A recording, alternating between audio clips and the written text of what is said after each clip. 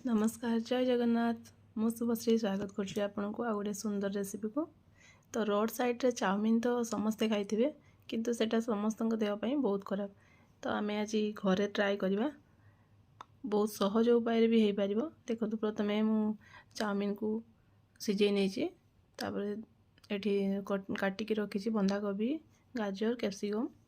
तो से सब को आमे भलो भाबरे टिके तेल दे भाजी नबा।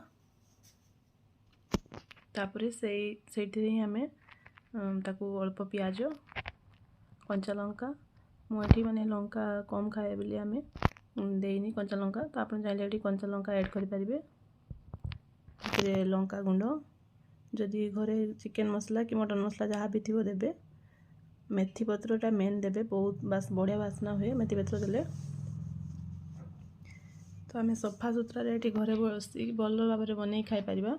रोड साइड रे माने बहुत प्रकार धूली मली बसताए असन लगे। तो यही चाउमीन मसलाटा ही देबे निहाती बहुत बढ़िया टेस्ट करथिला बढ़िया बास्ना थिला पूरा भल बास्ना थिला चाउमीन जमती लगे आमको।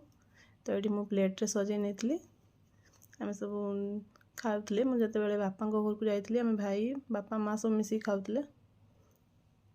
तो सॉस देबे मते तो सॉस बहुत भल लगे मुझे पियाज बेसी दिए ये ऊपर चाहिए भी कंचा लंका दे पारे काटिकी जेहेतु आम कंचा लंका माने राग लगे आमको बेसी देनु आप चाहिए कंचा लंका दे पारे। तो वीडियो केमती लगे निहाती कमेंट माध्यम रे जनइबे।